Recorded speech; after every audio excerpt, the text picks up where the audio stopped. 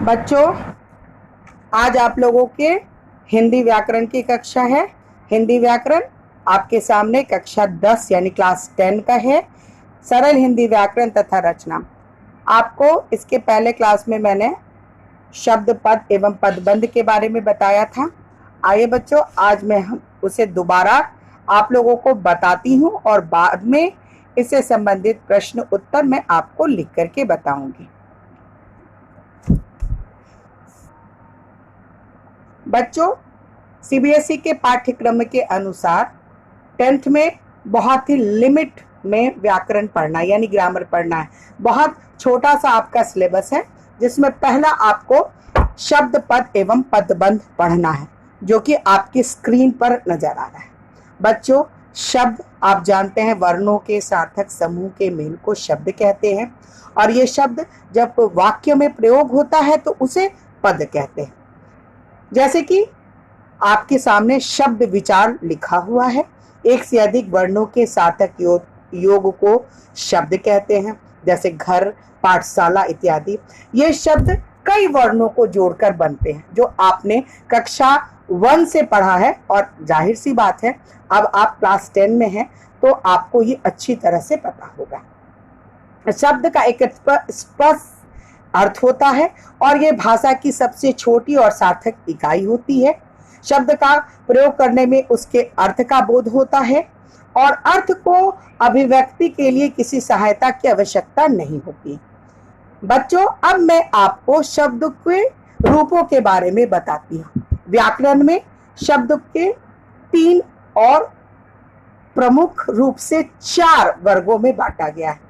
पहला है रचना के आधार पर, दूसरा है उत्पत्ति के आधार पर, तीसरा है विकार के आधार पर और चौथा है अर्थ के आधार पर।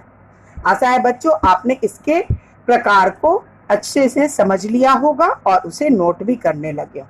सर्वप्रथम बच्चों, रचना के आधार पर शब्द के 3 प्रकार होते हैं। पहला होता है रूढ़ि, दूसरा होता है यौगिक और तीसरा होता है योगरूढ़। रूढ़ि ये वो शब्द है जिनका अर्थ परंपरा से प्रचलित होता है। इनके टुकड़ों का कोई अर्थ नहीं होता, जैसे जल, इसके टुकड़े करने पर इसका कोई अर्थ नहीं निकलता।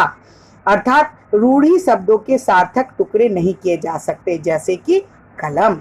बच्चों, रचना के आधार पर शब्द का दूसरा रूप है यौगिक।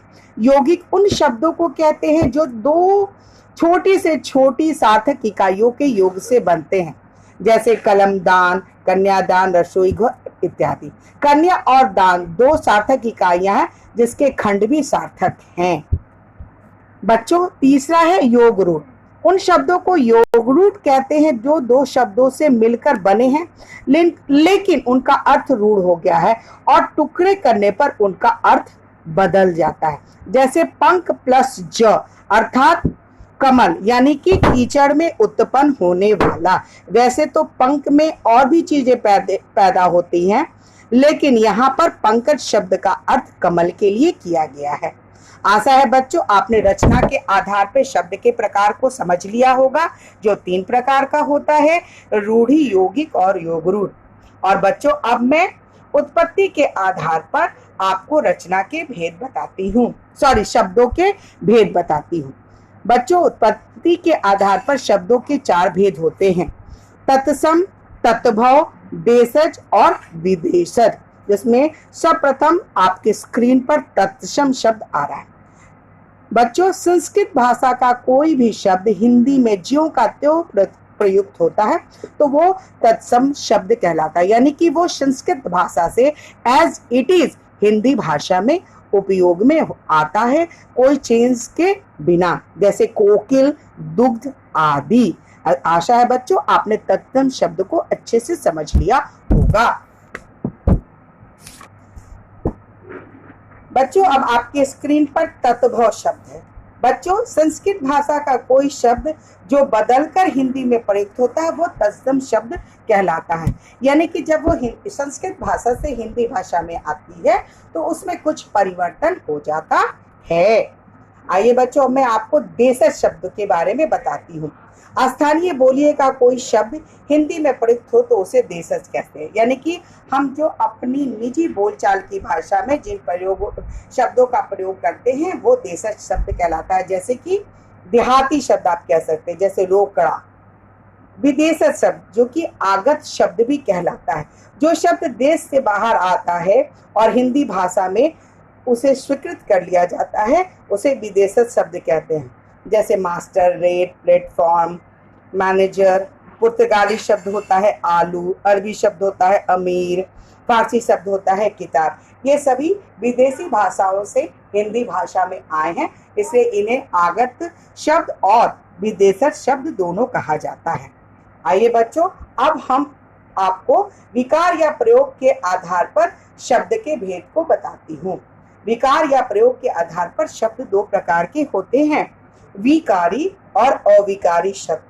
सर्वप्रथम बच्चों आपको ये जानना जरूरी है कि विकारी शब्द हम कहते किसे हैं।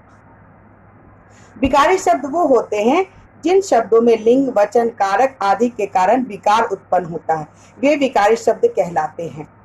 और ये चार हैं, संज्ञा, सर्वनाम, विशेषण और क्रिया। बच्चों, अविकारी शब्द जिन शब्दों में लिंग, वचन, कारक, काल के कारण कोई भी परिवर्तन उत्पन्न नहीं होता है वो अविकारी शब्द कहलाते हैं। जैसे क्रिया विशेषण, संबंध बोधक, समुच्चय बोधक, विस्मयादि बोधक। बच्चों, विकारी शब्द चार होते हैं और अविकारी शब्द भी चार ही होते हैं। आशा है बच्चों आपने इन सभी शब्दों को अच्छी तरह से समझ लिया होगा। बच्चों, अब मैं आपको विकारी शब्दों को अलग अलग करके बताती हूँ, जिसमें सर्वप्रथम आता है संज्ञा, जिसे आप लोग नाउन के नाम से जानते हैं। बच्चों, संज्ञा की परिभाषा से आप सभी पूर्वतः परिचित हैं और आप सभी को संज्ञा की परिभाषा बहुत अच्छी तरह से आती भी होगी, फिर भी मैं आपको इससे दोबारा से दोहराती हूँ। व्यक्ति, वस्तु, स्थान, प्राणी, भाव, गुण अथवा अवस्था के नाम को संज्ञा कहते हैं। जैसे राम, दिल्ली, अक्षाई, बुढ़ापा इत्यादि। बच्चों, पहले तो हिंदी व्याकरण में 5 तरह के संज्ञा होते थे, परंतु अब उसे काट करके 3 तरह के संज्ञा में बदल दिया गया है। यानी कि संज्ञा के कुल 3 भेद होते हैं, व्यक्तिवाचक संज्ञा, जातिवाचक संज्ञा और भाववाचक संज्ञा। बच्चों, सबसे पहले मैं आपको व्यक्तिवाचक संज्ञा के बारे में बतला रही हूँ। जिस शब्दों में किसी विशेष प्राणी, स्थान या विशेष वस्तु के नाम का ज्ञान होता है उन्हें व्यक्तिवाचक संज्ञा कहते हैं। जैसे गांधी जी, पटना, गंगा, हिमालय इत्यादि। दूसरा संज्ञा का भेद है बच्चों जातिवाचक संज्ञा। जो संज्ञा शब्द संपूर्ण जाति का बोध कराते हैं उससे को हम जातिवाचक संज्ञा कहते हैं। जैसे कोयल, शेर, अध्यापक, स्कूल आदि। बच्चों, संज्ञा का तीसरा भेद है भाववाचक संज्ञा। जो संज्ञा शब्द किसी पदार्थ के गुण, दोष, दशा, अवस्था, भाव आदि के नाम का बोध कराते हैं उन्हें भाववाचक संज्ञा कहते हैं। जैसे प्रेम, जवानी, सजावट इत्यादि। बच्चों, आप लोग अंग्रेजी भाषा में कुल 5 संज्ञा के भेद पढ़ते हैं, जिसमें द्रव्यवाचक और समूहवाचक आता है, लेकिन हिंदी में ये सभी जातिवाचक संज्ञा के अंतर्गत आते हैं। आशा है बच्चों आपने संज्ञा को बहुत अच्छी तरह से समझ लिया होगा और उसके भेदों को भी आप बहुत अच्छी तरह से समझ गए होंगे। आइए बच्चों, अब मैं आपको सर्वनाम के बारे में बताती हूँ। जो शब्द संज्ञा के स्थान पर प्रयुक्त होता है उसे सर्वनाम कहते हैं। जैसे मैं, वह, तुम इत्यादि। बच्चों, आप लोग सर्वनाम से भी पूरी तरह से परिचित हैं। सर्वनाम के 6 भेद हैं, पुरुषवाचक, निश्चयवाचक, अनिश्चयवाचक, प्रश्नवाचक, निजवाचक और संबंधवाचक। आइए बच्चों, अब मैं आपको सर्वनाम के पहले भेद के बारे में बताती हूँ। पुरुषवाचक सर्वनाम। जिस सर्वनाम शब्द का प्रयोग वक्ता अपने लिए, श्रोता या पाठक के लिए अथवा किसी अन्य व्यक्ति के लिए करता है उसे पुरुषवाचक सर्वनाम कहते हैं। जैसे मैं, वह और तुम। बच्चों, पुरुषवाचक सर्वनाम के 3 भेद हैं, उत्तम पुरुष, मध्यम पुरुष और अन्य पुरुष। आइए बच्चों, अब मैं सर्वनाम के दूसरे भेद पर आती हूँ, निश्चयवाचक। जो सर्वनाम किसी वस्तु अथवा उसके निश्चय पूर्वक संकेत करे वह निश्चयवाचक सर्वनाम कहलाता है। जैसे यह, वह। अनिश्चयवाचक सर्वनाम, जिस सर्वनाम शब्द में किसी वस्तु या पदार्थ का निश्चित बोध नहीं होता है उसे अनिश्चयवाचक सर्वनाम कहते हैं। जैसे कोई कुछ, जैसे चाय में कुछ पड़ा है। बच्चों, चौथा है प्रश्नवाचक सर्वनाम, जिस सर्वनाम शब्द का प्रयोग प्रश्न पूछने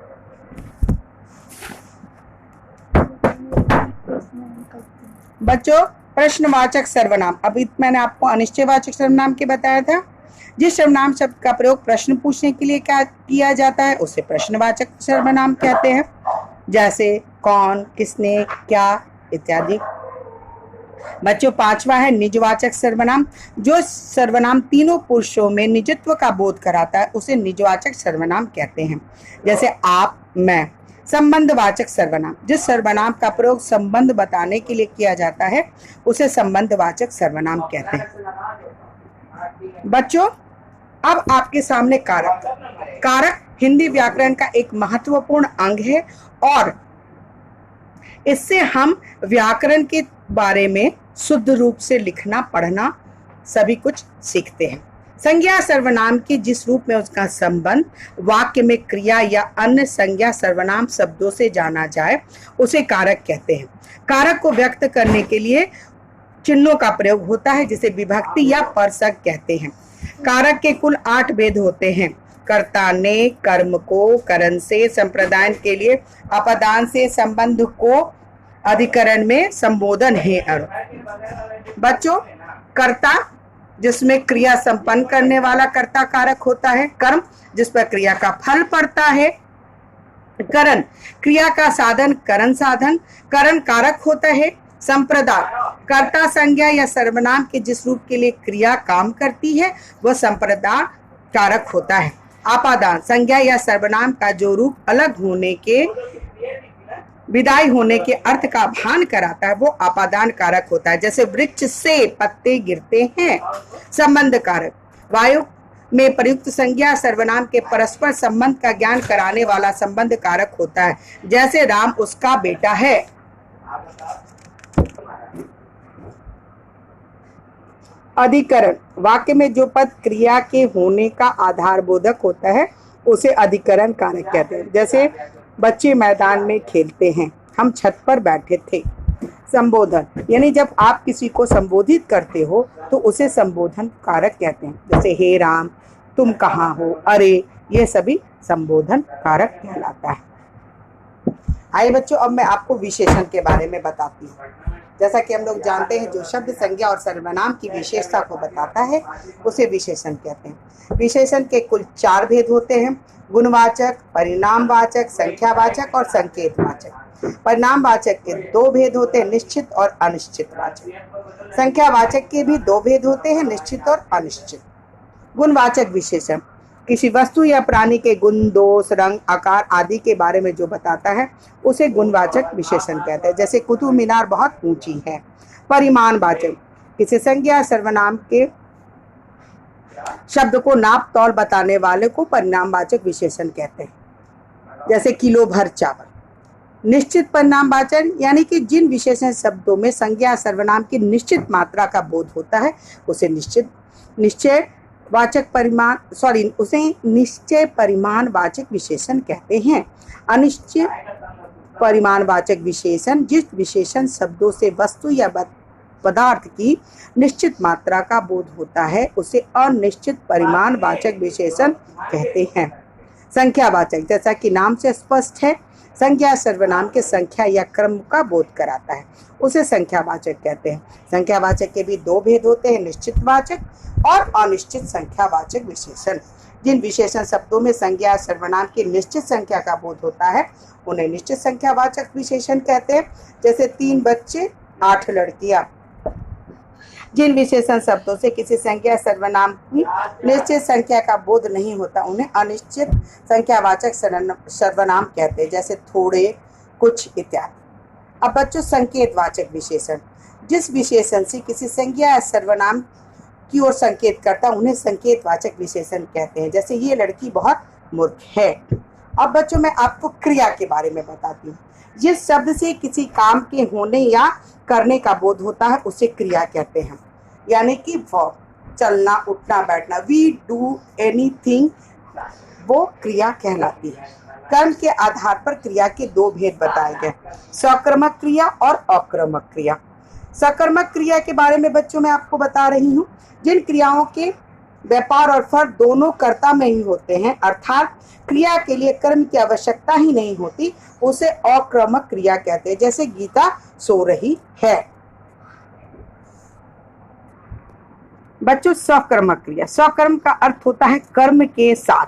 जिस क्रिया के व्यापार का फल कर्ता को छोड़कर कर्म पर पड़ता है, अर्थात जिस क्रिया को कर्म की अपेक्षा होती है, उसे सकर्मक क्रिया कहते हैं। जैसे रीता फल खा रही है। बच्चों, अब प्रयोग एवं संरचना के आधार पर मैं आपको शब्द के भेद बताती हूँ। सामान्य क्रिया, संयुक्त क्रिया, नाम धातु क्रिया, प्रेरणात्मक क्रिया। सामान्य क्रिया, वाक्य में केवल एक ही क्रिया का प्रयोग होता है, उसे सामान्य क्रिया कहते हैं। संयुक्त क्रिया यानी कि एक क्रिया के लिए जहाँ दो से अधिक क्रिया शब्दों का प्रयोग होता है, उसे संयुक्त क्रिया कहते हैं। नाम धातु क्रिया, जिस क्रिया की धातु, संज्ञा, सर्वनाम या विशेषण, इन शब्दों से जिस क्रिया का निर्माण होता है, उसे नाम धातु क्रिया कहते हैं। जैसे उसने मेरी सारी संपत्ति हथिया ली। यहाँ हथियाना क्रिया हाथ से बनी है, इस प्रकार चिकनाना क्रिया चिकना से बनी है। प्रेरणार्थक क्रिया, जिस क्रिया को कर्ता स्वयं न करके किसी से करवाता है या करने की प्रेरणा देता है, उसे प्रेरणार्थक क्रिया कहते हैं। जैसे अध्यापक ने बच्चों को पाठ पढ़वाया, यानी कि यहाँ पे अध्यापक बच्चों को पढ़ने की प्रेरणा दे रहा है। तत्कालीन क्रिया, एक क्रिया के तुरंत बाद ही अगर कोई और क्रिया होती है, उसे तत्कालीन क्रिया कहते हैं। जैसे वह घर जाते ही सो गया, यानी कि वो पहले घर तो गया और उसके बाद तुरंत सो गया। पूर्वकालीन क्रिया, मुख्य क्रिया से पहले जो क्रिया की गई होती है, उसे पूर्वकालीन क्रिया कहते हैं। जैसे बच्चे खाना खाकर सो गया, यानी कि बच्चा सो गया लेकिन उसने सोने से पहले खाना खा लिया। बच्चों, तात्कालीन और पूर्वकालीन क्रिया क्रियापद नहीं, क्रिया विशेषण है। ये वाक्य की समापिका क्रिया नहीं बनाती है, बल्कि उसमें रीति लाती है, परिवर्तन लाती है। बच्चों, आपको मैंने अभी शब्द के भेद बताए। अगले कक्षा में मैं आपको इसका लिखित विवरण दूंगी और आगे व्याकरण में मैं आपको वाच्य पढ़ाऊंगी। आशा है बच्चों आपने इसे ध्यानपूर्वक सुना होगा और इसके मुख्य शब्दों को उतारने का प्रयत्न करेंगे।